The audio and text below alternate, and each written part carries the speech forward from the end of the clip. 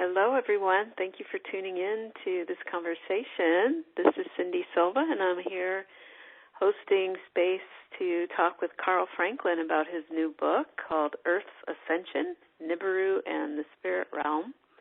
I'm just really delighted to be having this conversation with Carl. It's been a while since we've done this, and I'm just really happy that you accepted the invitation, Carl. Thank you for being here. Well, thank you, Cindy. I appreciate being here, too. Great.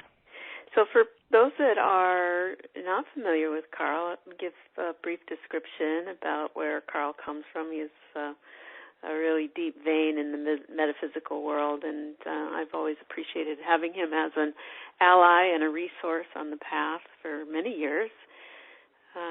I think I've known Carl and his beautiful wife, Ortrand, for at least, I want to say 15 years now. And combined, I think they must have at least 80 years' experience together on this path. So it's a wealth of knowledge and experience that is something I'm hoping our listeners will tap into.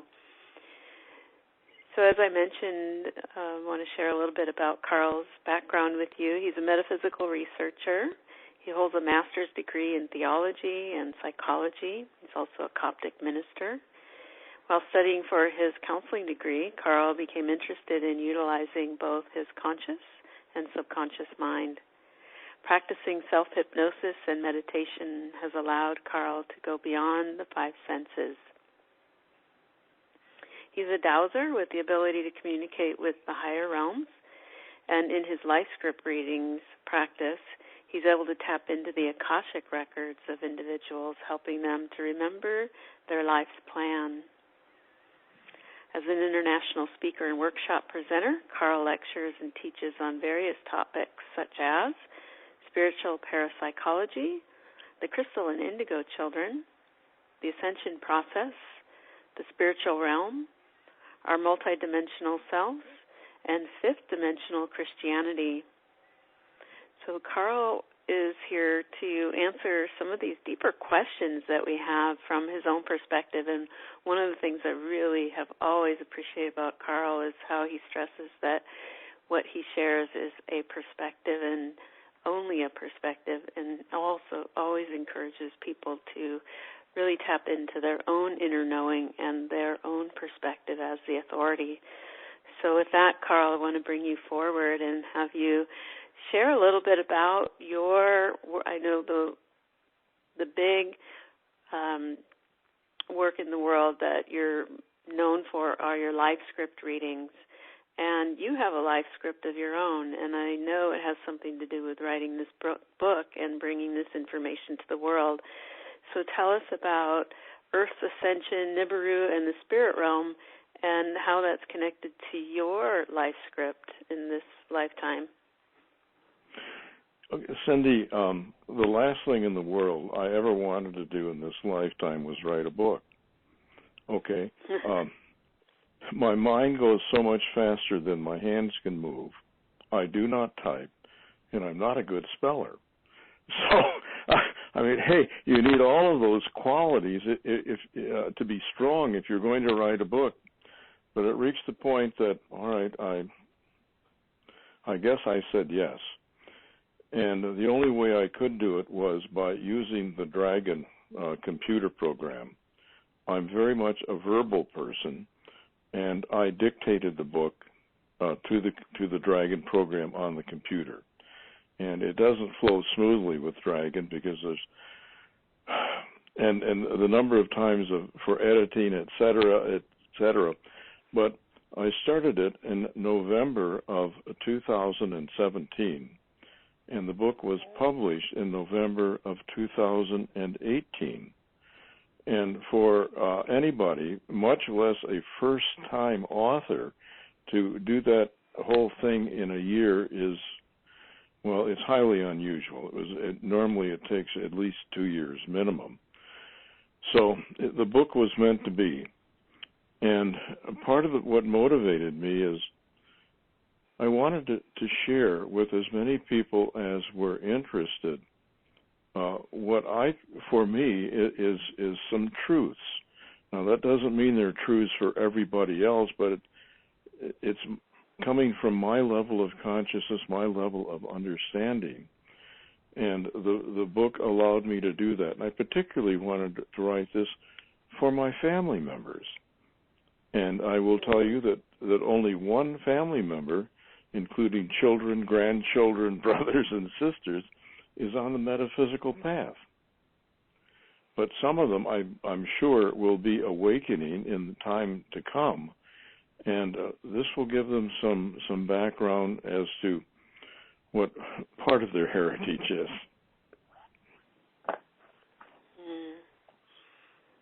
Wow, that's a really noble intention. I didn't know that was a part of this, so it's really sweet to hear that coming from you.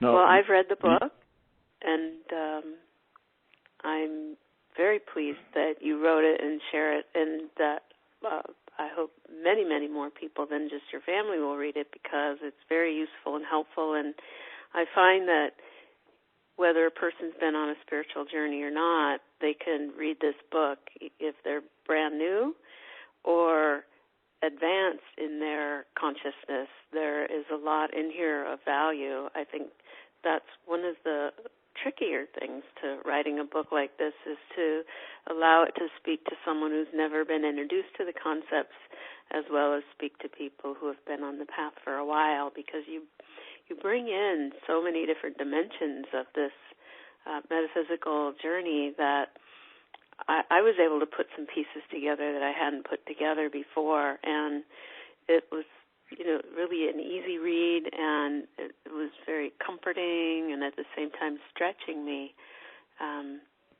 into some of the territory where my logical mind has some skepticism.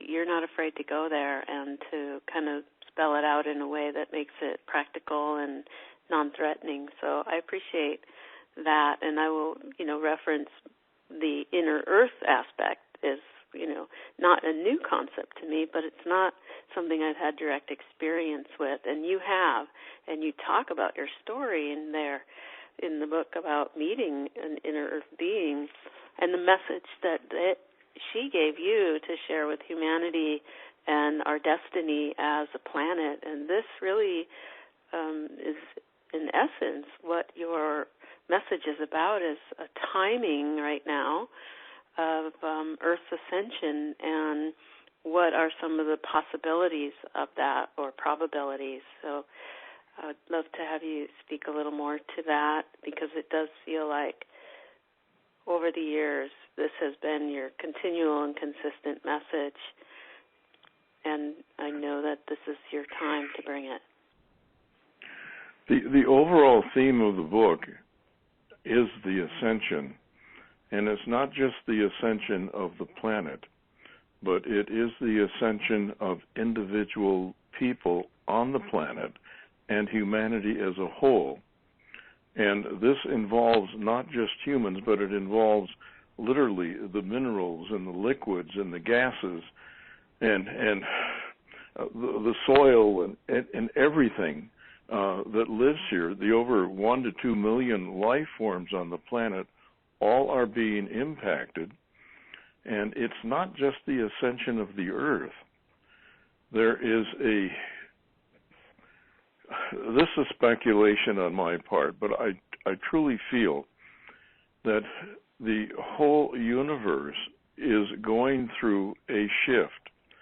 I believe that the creator of our universe has made a decision, and this is an oversimplification, but the decision, I think, was the universal creator. When he created this universe, he created it in a manner that all things were possible. Everything possible could be expressed and experienced.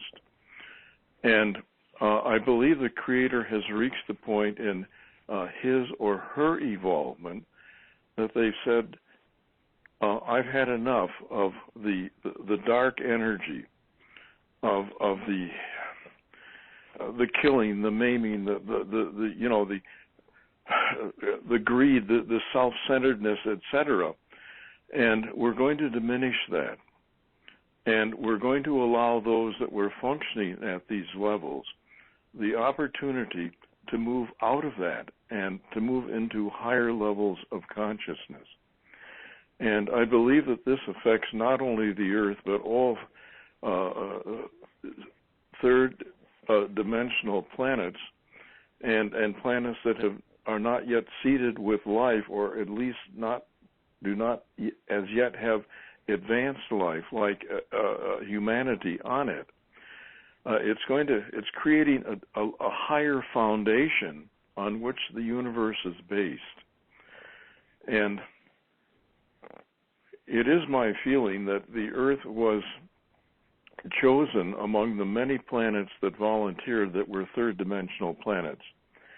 The Earth was chosen to host, I'm going to call it a training planet, on which the ways in which these other third-dimensional or all third-dimensional planets could go through an accelerated ascension process.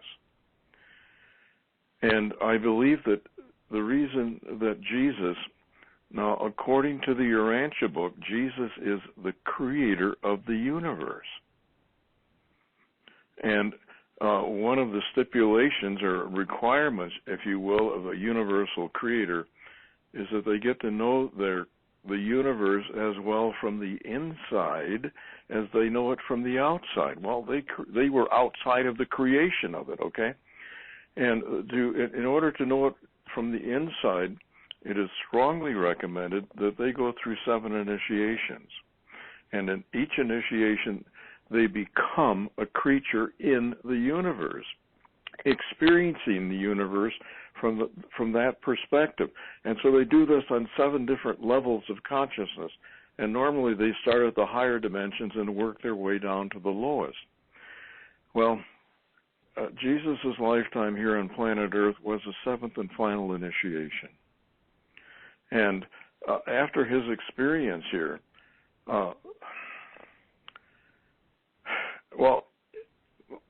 his experience here laid the foundation for the unconditional love that is the foundation of the entire universe. And he came here not to die for our sins, but he came here to teach us who we are so that we could raise our consciousness to the level of the Christ. And that is the foundation for, I believe, the ascension not only of the planet but of humanity. And the things that are being done to help us as human beings to raise our consciousness is mind-boggling in terms of the involvement by higher dimensional space beings, the changes that are coming in. It's altering the DNA of humanity. In the book, I mentioned that for 15 years I've been Santa, and I've met with over 25,000 children over those years, and the change in the children is mind-boggling. And the geneticists have determined that the change is a change in DNA.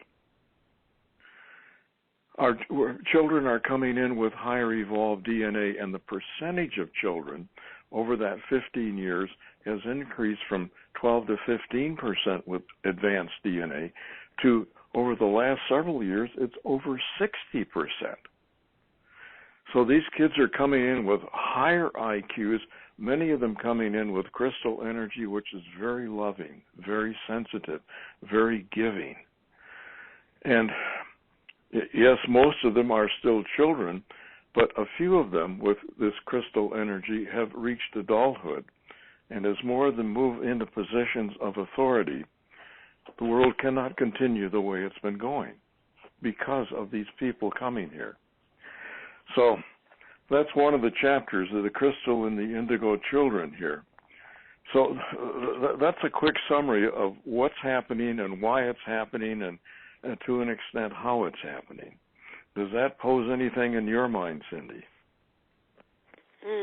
Well, there's a lot there in what you shared. I'm glad you mentioned the resource that you brought, that information about the creator worlds, the Urantia book. You and I hosted a workshop on that. It's available on your website.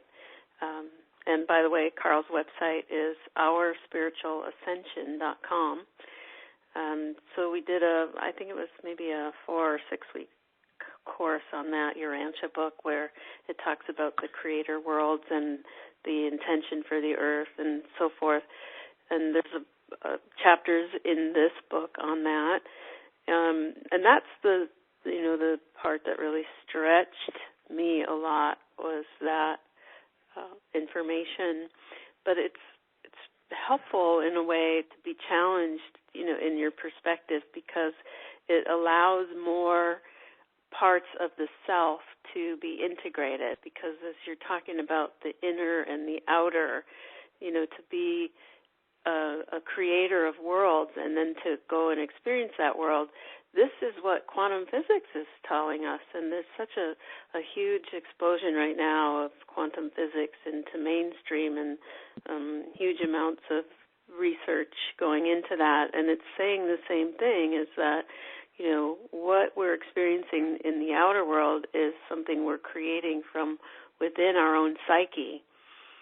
And so I'm really seeing the information you're bringing forward as dovetailing in with the awakening or the ascension process of humanity through a realization of our quantum nature.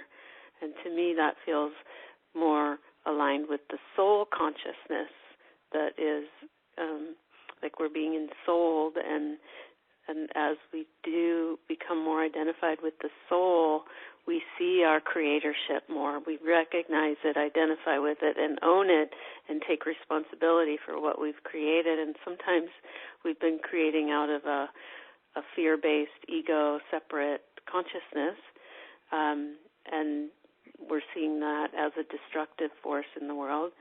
And now we have an opportunity to create from, like you say, this aspect of us that is a crystal consciousness of a sensitive, more yin-based energy, a more mature yin-based nurturing energy, which feels like the balance that's needing to return to the world is to reclaim our yin nature, to reintegrate that with our yang nature in a balanced way. Cindy, we're on the same page here. I agree with everything you said. And something else I'd like to touch on here. In the Gospel of John, Jesus said, "Do you not know that you are God?" And the 82nd Psalm says exactly the same thing. You are God. And he came here to show us what it means to be God in human form. And people can feel that that's blasphemy, but if it is, then that makes Jesus a blasphemer, all right? And I don't think they would accept that. But I was a Lutheran minister for 13 years, and I outgrew that. And through all of my lifelong experiences as a younger person, as a Lutheran, as a minister, going to seminary and so on, we knew we had a soul, but nobody ever talked about it. Nobody ever defined it. Nobody ever said what it was. They would, if you brought up the subject, they would say, well, that's one of the mysteries. They didn't feel that they had the ability to know that. But with drawing on quantum physics, quantum mechanics, and other sciences, yes, we can know that. And our soul, I'm going to define it as it is an aspect of the Creator. And I believe that the creation exists on many different levels. We can only experience the creation that is made out of electromagnetic energy. And that's what our bodies are made out of. That's what our five senses can perceive. But according to the astrophysicists, we can only perceive 4% of our universe. 70% is dark energy.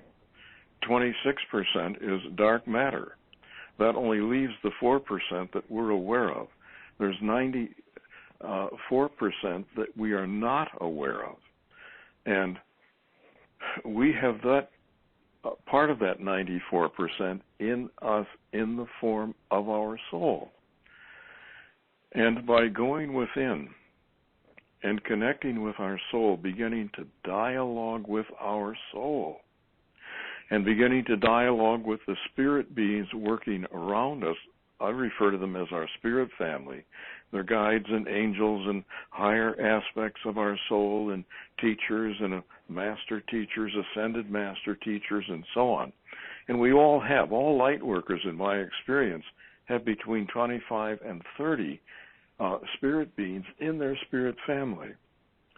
And as we merge our consciousness with our soul and with our spirit family, it is miraculous what can be revealed to us, because we're then open and ready to hear and perceive.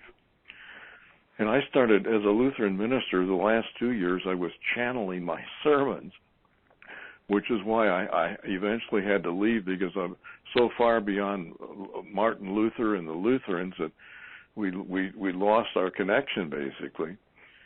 But there is a spiritual basis for everything in all of creation. And as we connect with the spirit within us, it allows us to begin connecting with the devas, the nature spirits. It allows us to begin connecting with and communicating with the angels. And it's allowed me for the last 35 years to connect with people who are no longer wearing physical bodies. They've died. And the ones I work with are the ones that didn't go into heaven. They chose not to. They were afraid primarily, or they were too attached to their family, and they thought if they went into heaven, they would lose that closeness, which is wrong. So anyway, later on, it may be a year, it may be 100 years, it may be 1,000 years. At some point, they're going to change their mind and want to go into heaven. And so I'm one of the ones that they come to because they don't know where the entrance is. And I can call in help for them to lead them to the entrance. And I've been doing that for 35 years, and part of my job this lifetime was to help clear out what we call the astral plane, the abode of the dead. The lower section of it has been referred to as purgatory, okay? And I have to do that each day because Ortrud, my wife, is a sensitive, and if I haven't done it, she feels them here. And it's not a comfortable feeling. So, Carl, have you done a clearing yet? And if I haven't, I have to sit down and do it right then. And it's been fascinating that it would start out, there might be a dozen or 25 there waiting to be cleared. And now, Cindy, it's in the thousands every day. Oh, my gosh. And much of the astral plane has been cleared out. And in doing that, one of the things that the experience, this happened about 5 years ago, I would see the tunnel of light that's the entrance to heaven, and I would see them going to it and going in and being transformed in the tunnel. Well, one day about 5 years ago, there were two tunnels. And I've always been a person, I have to understand. So the next day in my meditation, I asked why. And they said, the lower part of the astral plane has been removed from the Earth and placed with another Earth-like planet that is in the third and staying in the third dimension. Okay, so now when a person dies and they go to the tunnel, they will only see the tunnel that's appropriate for their level of consciousness. Okay? And I've since been told that the lower aspects of heaven have also been moved to this other planet. And in fact, 3 or 4 different times they've said another lower section of heaven and of the astral plane has been moved to this other planet.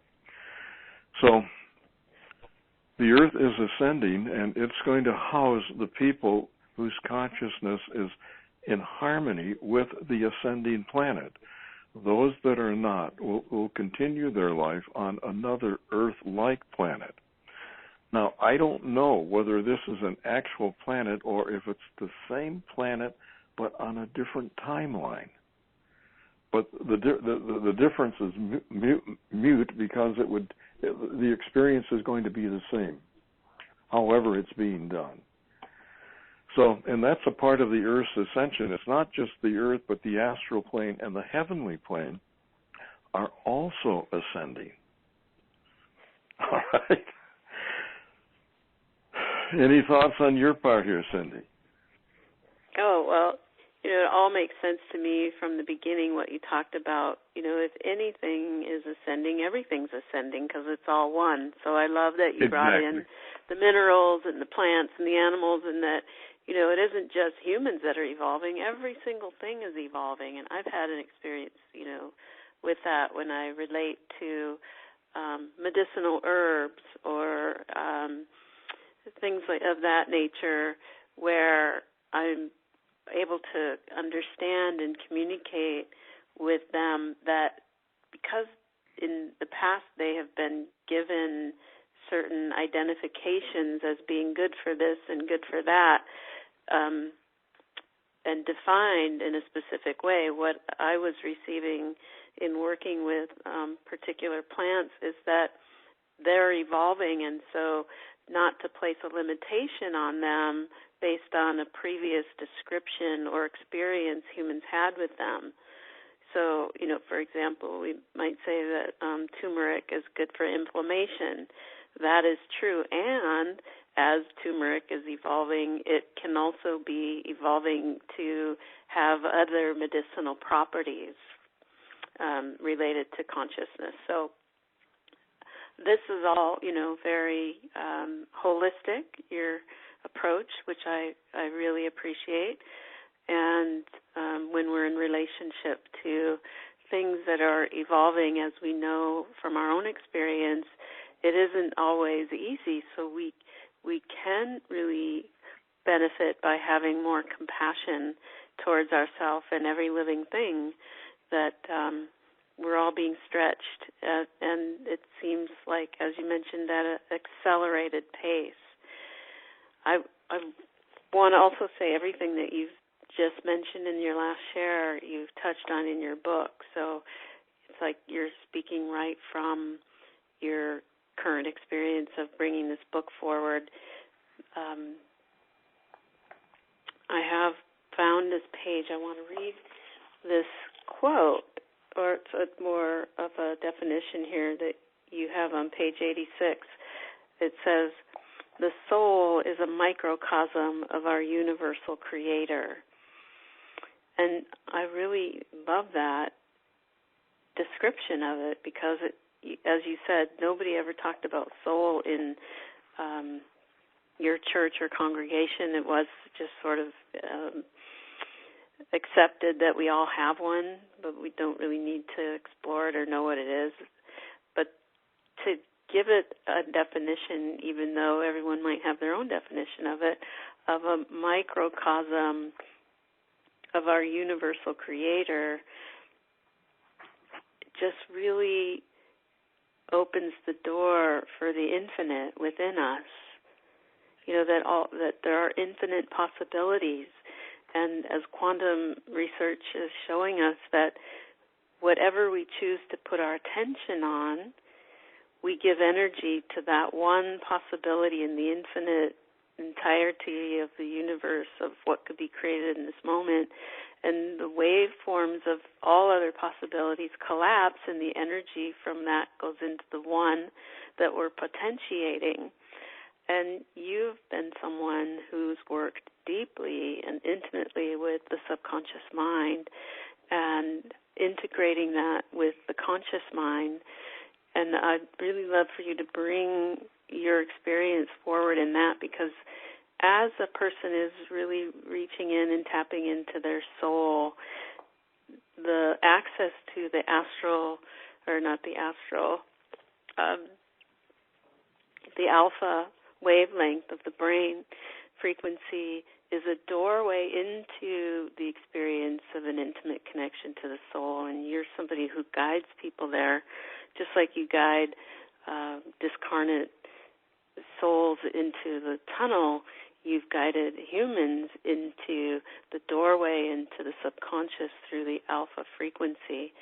And, a lot of people listening might be wondering, well, this is all good information, but how do I actually have a direct relationship and let my soul guide my life? And, it's through a meditative state or somehow accessing that alpha state that we can start to feel the presence of that aspect of ourself that is soul, that is guiding and is the creator potential within us. So anything you'd like to share on that integration of conscious and subconscious and alpha brain waves would be, I think, really useful as a practical thing that people could take from this conversation. Yes, I want to equate I want to back up a little bit first, Cindy. What it means to be a human being is we're really carrying 4 different, I call them bodies. You can also look at them as aspects if you're more comfortable. But 3 of our 4 bodies are not physical. And in order to fully experience and express themselves in a physical environment, they need a physical body. Our physical body is the vehicle through which our mental body, which is our mind, our emotional body, which is our feelings, and our soul, which is in essence our spiritual body, all of those are non-physical, need this physical body in order to experience and express in this physical world. At death, what happens is the physical body dies because these 3 non-physical bodies, and together they are called our astral body. When our astral body leaves our physical body, the physical body dies because in and of itself it has no life force. The life force comes from the soul. Okay? Now, in order to access the soul, it's almost impossible to do it using our limited conscious mind, which is roughly 12 to 15% of our mind. 85% of our mind is subconscious and superconscious. And the conscious mind plays the same role in our mental body as our laptop or desktop computer plays. It has a lot of information. It has a lot of experience. It has a lot of wisdom and knowledge. But if we have questions that it doesn't have, we have to connect with the cloud, which basically contains almost all of the collective knowledge of all computers. All right? Well, how do we connect with the cloud? Well, in a computer, you go through the internet. With our mental body, we go through our subconscious to connect with the cloud. Okay? And the cloud is all, in a spiritual sense, the cloud is all of the information in the universe, and we can only access that is close to our frequency of consciousness. If it's too high, it's not going to make any sense to us. All right? But we can connect and get answers to everything that's at or close to our level of consciousness by working through our subconscious. The alpha state is the state that you go through as you're falling asleep or as you're waking up. In order to go to sleep, 2 things have to happen. Number 1, you have to relax your body, basically relaxing the muscles. And secondly, you have to slow your mind down. And when your mind, which is normally functioning at about 22 vibrations per second, when it hits 13 vibrations per second, the subconscious begins to surface. And more of it surfaces as the mind slows down. And when it hits 7 brain waves per second, the conscious mind clicks off and you're working only out of subconscious. But between 8 and 13 brain waves, you're working out of conscious and subconscious together. Necessary to go to sleep, necessary to wake up, and it's necessary to meditate. And in the meditative state, you may ask questions. And you can it's helpful to direct your question to the ones that are most likely to have the best answer. And you can direct it to your soul. You can direct it to your spirit family. Or you can even direct it to devas, nature spirits within your own body. There are devas attached to all of the major organs and virtually to every part of the body. And if you're having problems with something in your body, talk to the devas. They're the frontline troops. They're the ones that can answer the prayer and make the changes you want. And if you're dealing with weather, talk to the air devas. All right? And one of the experiences I talk about in this book is slowing down a major hurricane. Not that I did it, but I was certainly involved in it. All right? And it's just an indication of the power that we have working with our subconscious mind and dealing with the spirit realm. Now, people tell me, and I believe this, I walk in two worlds. I live in two worlds.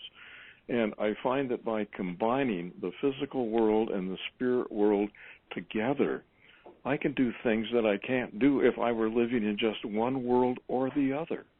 Our potential is increased exponentially. And I believe personally that that's what Jesus did, and that's how he was able to do the miracles. And he said, everything that I can do, you can do too, and even greater. And that's how we do it, by connecting with our total mind and drawing on the resources of the spirit realm, particularly our soul and spirit family. Yeah, thank you. It really brings something home to reference for me within myself as you're speaking. I feel things lining up, and that is like the essence of the Tao is the balance of the yin and the yang, and I see as you're speaking, and I've seen this before with the psyche, with the conscious mind being the yang and the subconscious the yin, and that's just my own personal kind of take on it, that when you go in the alpha state, you bring a harmony between the yin and the yang. And then there are times where you're in beta mind and you bring more yang forward, and that's necessary. And it's, at certain times of the day as we revolve through cycles and so forth, there's times of the day where we're more yang and less yin, and then there's times of the day where we're more yin and less yang, and there can be this movement through the balance of yin and yang and the relationship between subconscious and conscious that is like the Tao, like the I Ching, the natural movement and changes. And if we're in flow and harmony with that, creation happens naturally in the direction of expansion and goes through its cycles of contraction and expansion, but it doesn't get stuck on, the fixation of trying to control something. We sometimes, or being attached to something, things get sticky and we end up somewhere too long and not in another space long enough to be in balance and see the holistic picture of things. So I like what you're bringing in here about this alpha state. I don't know that I made the connection before that when we're in alpha, we're operating out of both conscious and subconscious equally. So this was a piece for me that was really helpful.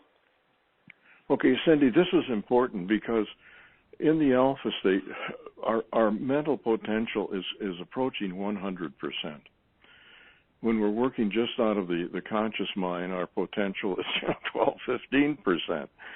And when we're asleep, our potential is, like 85% or up to 85%, okay? So you might ask, where are we really real? Asleep or awake? And the answer is both, because we need both. Yeah. But something else I'd like to touch on here. We're going through this ascension, and I have to qualify this by saying evolution is not a gradually increasing straight line. the evolutionists have now found that things can plateau for various lengths of period of time, that all of a sudden it's like a staircase. You hit the vertical part of the staircase and you have a lot of change happening in a short period of time. And that's what we're going through right now. We're in the vertical part of the staircase, and in a matter of, I'm going to say perhaps, roughly 150 years, because that's the length of time it takes to make a complete shift from like the Piscean age to the Aquarian age. And we started hitting the outskirts of the Aquarian age back in the mid-30s, and it won't be completed, that's the 1930s, it won't be completed until about the mid-2080s, okay? We're more than halfway through it now. 2012 was a midpoint. But so let's say that this vertical part is roughly 150 years. But right now, we're really going almost straight up. It's so much is happening so fast. And one of the things, there was a channeling that came through earlier this month from the Palladians. And they're the ninth dimensional Palladians. And this month of March 2019 is going to be a transformative month in the number of waves of higher frequency energy are increasing in terms of the number of waves and the intensity of the waves. The intensity is building up, and it's going to be peaking, according to this channeling, around the 20th to the 21st of March, right at the spring equinox, which is also at a full moon. And I don't think those are coincidences, that it's just, I think this has all been carefully planned, okay? And we are, all of the people that I know, particularly the light workers, are going through what they call Ascension symptoms. I'm sure all of you are familiar with that. They're unexplained aches, pains, oddities going on within our physical body. It can affect our mental body. It can affect our emotional body. And there's no medical reason for it. And we're having to adjust physically, mentally, emotionally, and I have to say even spiritually, to these higher frequency energies that are coming into the earth, that are helping the earth to raise in consciousness, and that are helping all life forms on the earth to raise in consciousness. And honor yourself, love yourself, understand what's happening, and please give your body what it seems to need. If it's rest, give it rest. If it's nutrition, give it nutrition. But support your body, all of your bodies, all three of your bodies, all four of your bodies, as you're going through this transition. And to me, it's also important, in order to go through this transition as smoothly and quickly as possible, it's important to keep yourself in balance, mentally, emotionally, spiritually, even psychically, and certainly physically. It's also important to keep your chakras and energy centers in all of your bodies open and clear and functioning at the highest possible frequencies. Now, please understand that the spirit realm is not allowed to interfere with us, and they're not allowed to help unless you ask. If you ask, then they're not interfering, and they are glad to help. They get a lot of pleasure out of being of help to us. And as you're going through this ascension process, talk to your spirit family, talk to your soul, talk to the devas, talk to the angels, talk to whoever you think might be able to help you to go through quickly and smoothly what you're going through. And one thing I ask for almost on a daily basis, please help me to open as wide as possible all chakras and all energy centers in my physical body, my mental body, my emotional body, my spiritual body. And please help me to keep these chakras and energy centers at the highest possible frequencies. If there are any blockages, please help me to remove them, place them in a bubble of light where they are transformed into their opposite positive aspect and then reimplanted exactly where they came from. Okay? And that does make it easier. That does make it faster. It does make it quicker, and it minimizes the discomfort. Any thoughts on that, Cindy? Well, thank you for clarifying that at the end, because when you said open all chakras, and I just think of people that are already sensitive and overloaded, that might be a little bit of intimidating to have a intention to open wider, to receive more if you're already overwhelmed and your nervous system is already overloaded with information. So I think that there's a balance in that too, that sometimes if our bodies are so intelligent as instruments of divine technology, if you will, they're just so operating on these autonomic systems that we aren't even conscious of, that sometimes our body might close down our solar plexus if we're in an environment where it needs to do that for the Cindy, health of our system. Can I interrupt you a minute? Thank you. There's a very, very important thing I forgot to say.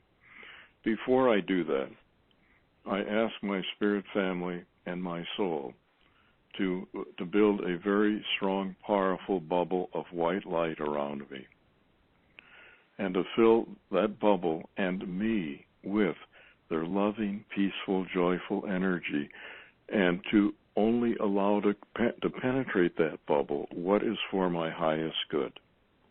It is vitally important as we're going through not only this ascension process, but I think every day of our life, to ask our spirit world to keep us protected.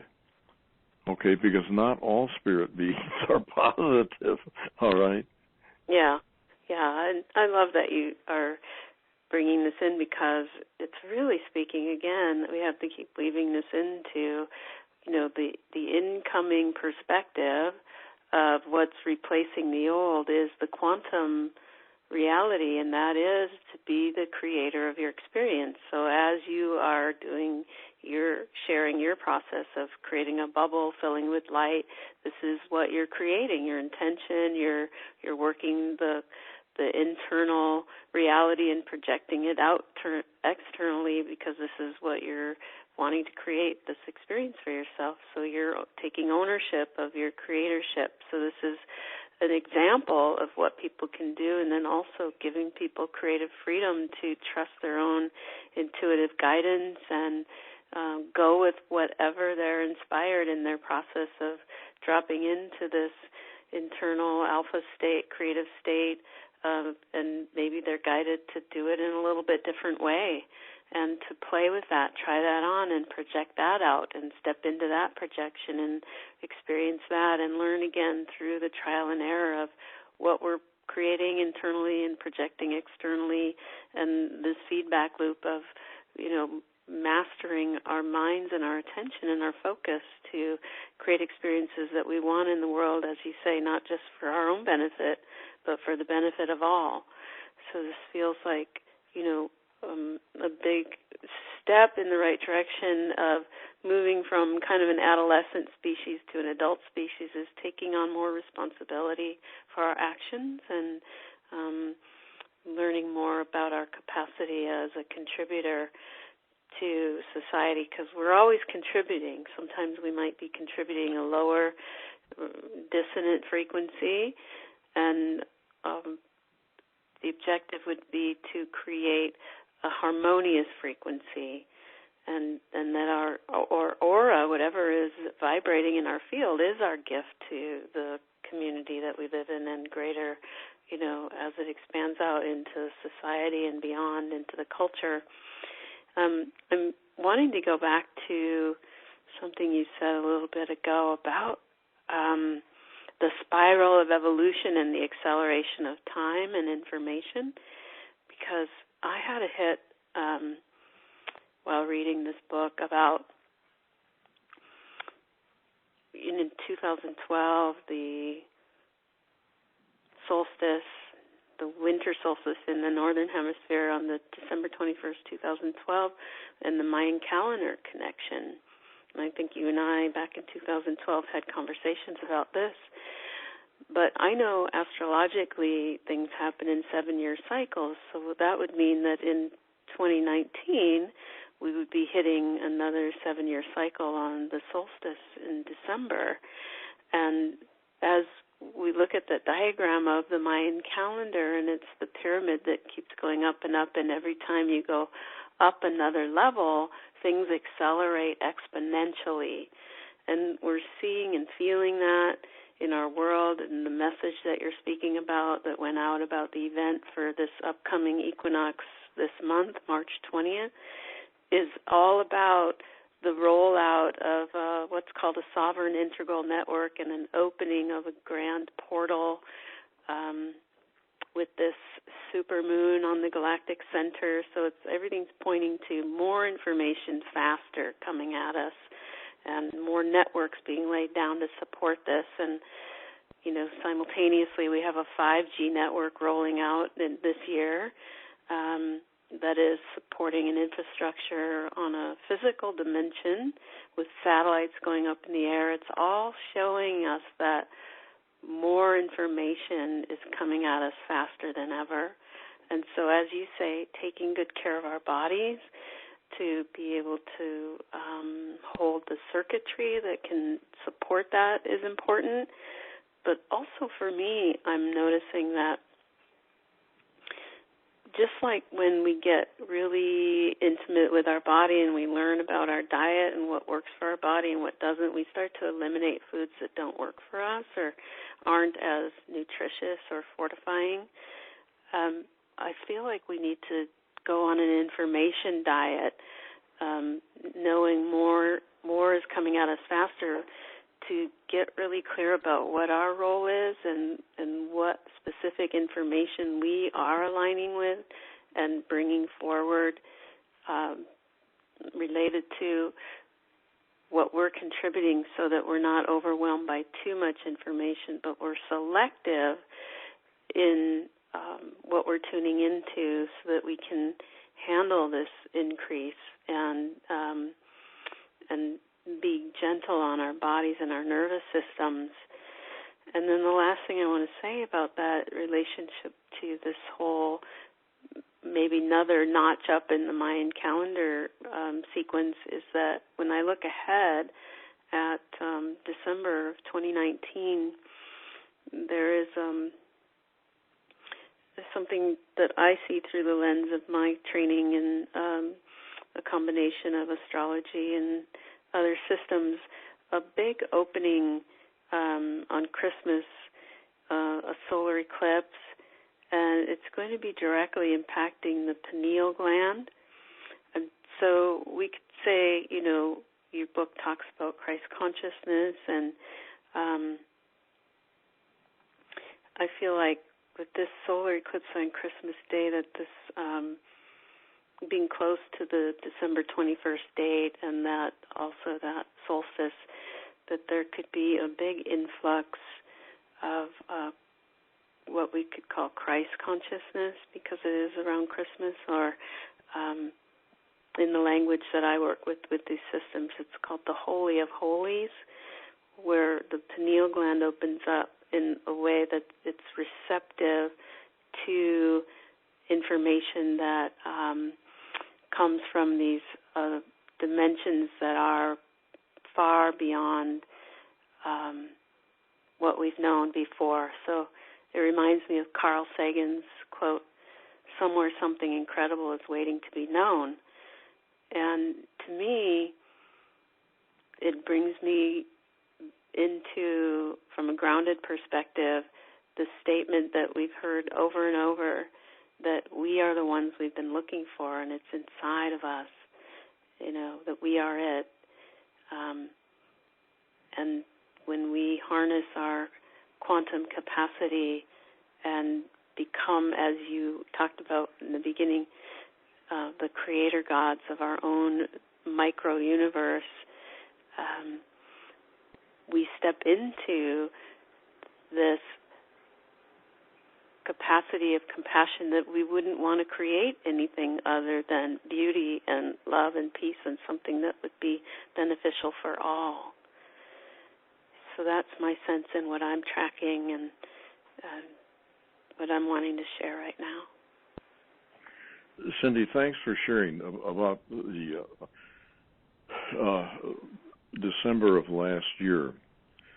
Do you know what transpired over that solstice? No, it's this coming 2019. No, okay. I want. Okay, I'm talking about the last one. This is the event happened. Okay. The planet Earth crossed the line. It moved out of the highest level of the third dimensional and into the lowest level of the fourth dimension. That was last December. And it was the spirit of the people at Christmas time, just the loving, the joyful, the giving, the generous spirit of people that helped the earth move to cross that line. Now, if that's what happened last December, what can you imagine what might be happening this December? Yeah. Well, it's funny because right on the cusp of Christmas Eve, not Christmas Eve, but the Christmas night, and as it turns into the following day, the 26th, is when the sun will be in the space on the great wheel of time, as it is, we could call it an astrological wheel. It will align with what in the I Ching is called a hexagram, and the hexagram that Christmas is falling on, and generally does every year, is called the joyous. And it's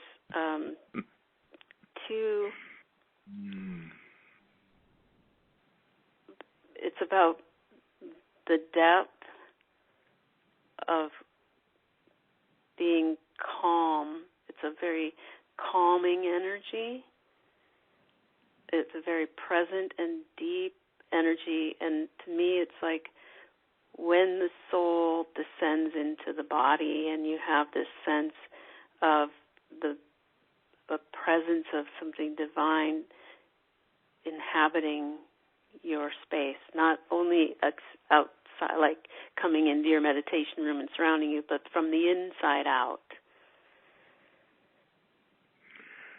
This is what my spirit family is telling me. The last winter solstice, it was an elevation of the planet. This coming Christmas solstice, it's going to be the elevation of the collective consciousness of the human race. They're going to take a step upwards. And right now there are an increasing number of people that are functioning very little in the third dimension, functioning primarily in the fourth dimension, but also functioning 30 to 40% of their awake time in the fifth dimension. And I think that the collective consciousness may then, and this is the consciousness of all of humanity on the planet, will then leave the third dimension and enter the fourth dimension. And we now have enough people functioning primarily in the fourth and fifth dimensions, and they have a lot more influence on the collective human consciousness than those functioning at the low end or even at the middle of the third dimension. So, and it's the collective consciousness of all of humanity that is a determining factor when certain things are going to be happening in terms of the ascension process. So that could mean that we're now ready for some things that are even more beautiful, more magnificent, more powerful that can happen in the coming year of 2020 because of the transition we'll be going through in this coming December. Mm-hmm. How does that sound to you? Well, it brings up a invitation. I was going to say a question, but more of an invitation, because I think there's more here. And I want to invite and tease that out of you by really reading the title of your book again and saying, Carl's book is called Earth's Ascension, Nibiru and the Spirit Realm. And we haven't talked about Nibiru yet. And this might give us a little clue into kind of what you're pointing at with your question about, because in your book you talk about Nibiru being a six-dimensional energy and its relationship to the inner earth and the six-dimensional race at the inner earth, and how this coming, of Nibiru transiting close to earth during, I think it's this year or 2019, 2020, something you'll have to specify, but that it's going to have an impact not only on us physically because of the magnetic pull of such a large celestial body moving through our orbit, but also on a pull on the consciousness because of its six-dimensional frequency. Okay, Cindy, all of the channel information refers to Nibiru as it was when it went through our solar system 3,600 years ago. And the record of that passage is recorded as the story of Noah in the Bible. And also that similar stories are recorded around the planet by the indigenous people and who had similar but yet different experiences from Nibiru's passage. And it was traumatic for the planet. And when Nibiru went through back 3,600 years ago, it was likely a fifth-dimensional planet. And the channelings that I've been given personally are that Nibiru is on the ascension path too.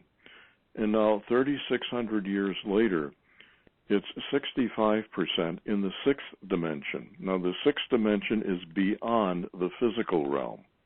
It's, from our perspective, it would be pure energy. But it's still 35% in the fifth dimension, so there is some density there.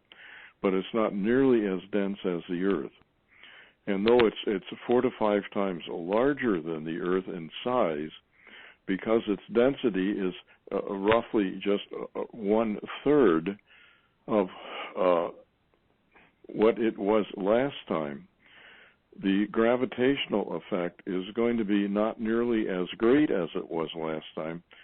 And that gravitational effect in 3,600 years ago caused tidal waves of 500 and 600 feet, which would inundate, all areas that border the oceans that are at a lower elevation than that. And right now, that's where 50% of the world's population lives, are in those lands, okay?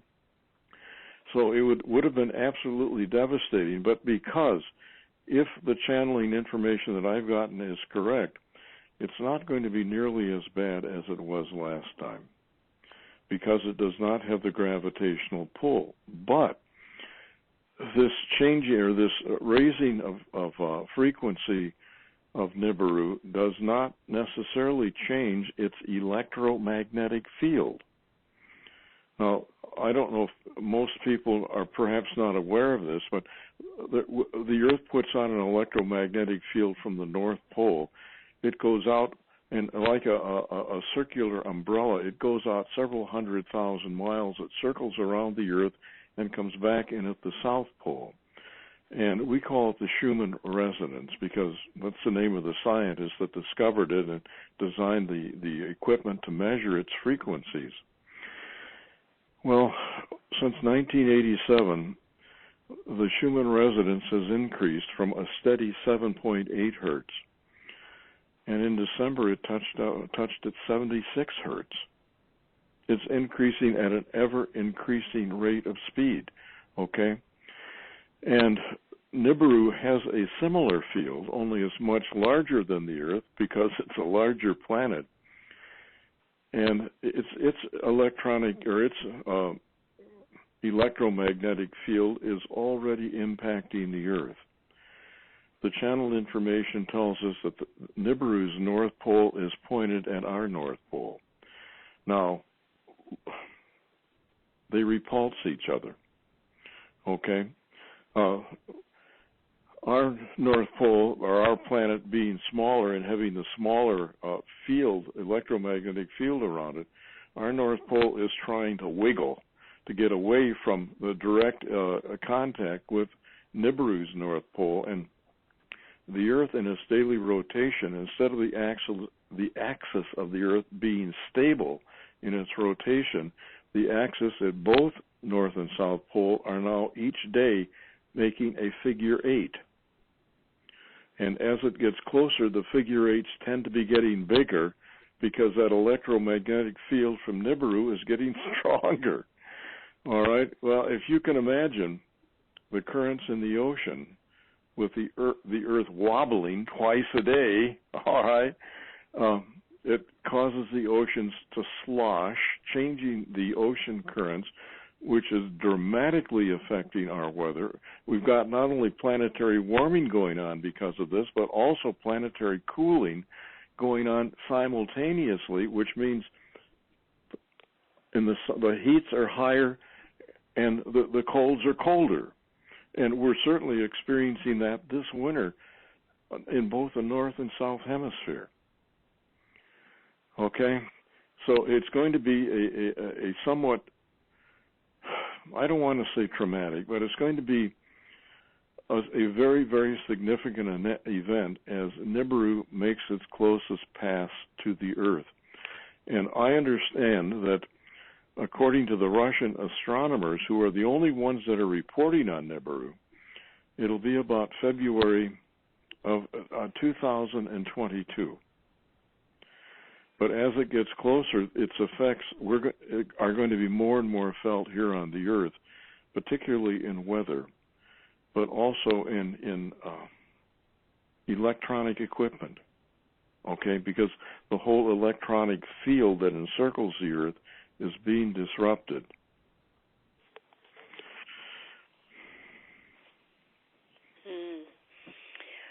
Well, as you're speaking, it's so funny how I'm seeing this metaphorically, like how I'm experiencing my subconscious mind having an impact on my conscious mind, like, Nibiru being the subconscious because it's much larger and more etheric and nebulous, and the way it's impacting what, my conscious mind, which is more logical, structured.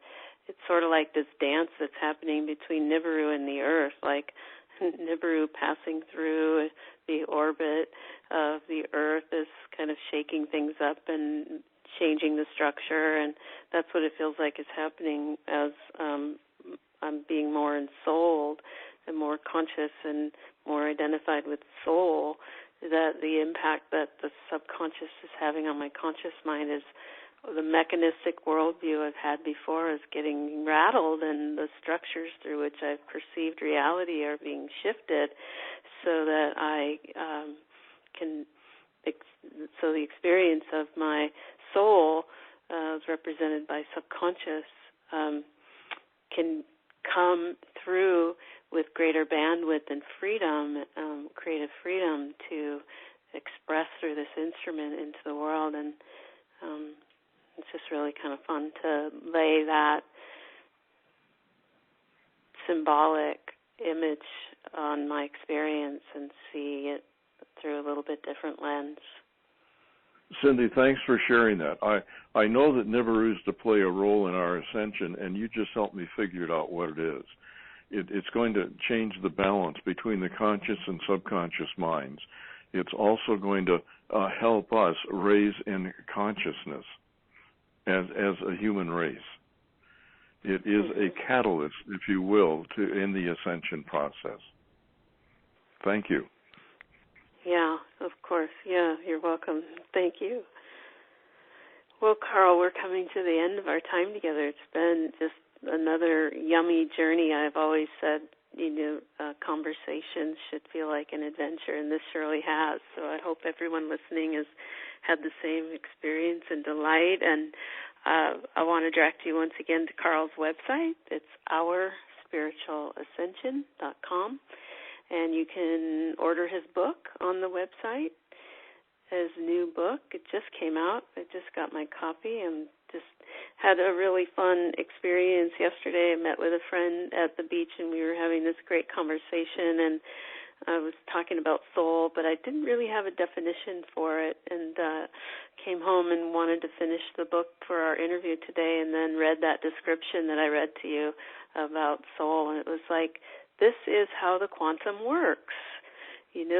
Having a conversation, you bring up these ideas, and then later the quantum reflects back to you your answer through some kind of a medium. And I'm having this happen often, and it's been really delightful and playful, and it's helpful because it helps you also see where you're creating what you don't necessarily want, but out of an unconscious habit. So you mentioned in your book, too, that not only is the subconscious full of potential and creativity, but it's also full of learned behaviors and patterns that aren't necessarily serving us anymore. And so it's really excellent to not only go on a kind of an information diet in terms of getting selective about what we're choosing to take in, but also to, allow those hidden patterns in the subconscious that are creating interference in your creative freedom and ownership of your own potential to become up and be seen and faced, and then choosing again by creating something differently. And I feel like your book is really a fantastic invitation for that. You provide all the tools, the resources, the explanations, and the perspectives that can help a person really set foot on this trail with eyes wide open, rather than, sometimes we get thrown into experiences of awakening where we're not conscious of what's happening and we feel victimized by it. But with what you've put out in this book, Carl, I feel like you've really laid out a foundation for people to enter an ascension process and stay awake during the process, which I have found is a completely different experience when we're being awakened and we're conscious of it versus when we're being awakened and we're not conscious of it. We don't have to fall into victimhood. We understand what's happening, and we're not trying to control it as much. Of course, we still will, but we're acquiescing more and more to trust and allowing, and then having more compassion and being gentle with ourselves and our beautiful creature bodies that are providing the vehicle for this experience for the soul. So I thank you for writing this book, and I appreciate that you've allowed me to host you in this conversation and bring more of your wisdom forward and the strength and power and energy of your voice. And everything that you're doing with the children just really brings a smile to my heart. And I can imagine how much fun that would be to dress up as Santa and have these children sit in your lap and just look into their eyes and see the new emerging, and as humanity is truly coming online to its potential. Cindy, I enjoy being Santa more than anything I've ever done in my life. It's in the beautiful energy of these children. Hey, just if I could also put in, if they can also order the book if they want through Lulu. That's LULU.com. and they can from Lulu they can also get it as an ebook rather than a paper book, okay? And they can also order it from Amazon.com. But I would prefer if they order it from us or Lulu. That it's a little bit better for us, okay? But either way they'll get it, and if they, if they get it from us, they will get an autographed copy. So that's an advantage there too. So plus a little gift. Yes, I have. Yes. So again, the website is OurSpiritualAscension.com. And then you'll see Carl's face, and you'll know why they choose him to be Santa, the joyous one. See, and you can hear the laugh. It's authentic, straight from the North Pole. Well, Cindy, I very much appreciate the opportunity to talk with you and to talk with your people and to present this the book to them. So thank you for your help. And thank you and Ortran both for being big supporters of the WIN Network all these years, and continually staying in touch with what we're tracking is helpful to have those reflections in our life to, help us understand that we're not alone and there's other people that are tracking these subtle dimensions and, helping people who need the help in integrating it. So, you're a real treasure, and I'm grateful and grateful to everybody who's tuning in. Thank you for your time and attention. We know that there's an infinite number of ways you could spend your time, and that you spent your time listening all the way through to the end of this conversation means a lot. So thank you. And bye for now. We'll do this again, I'm sure. Maybe after the big event, we'll see.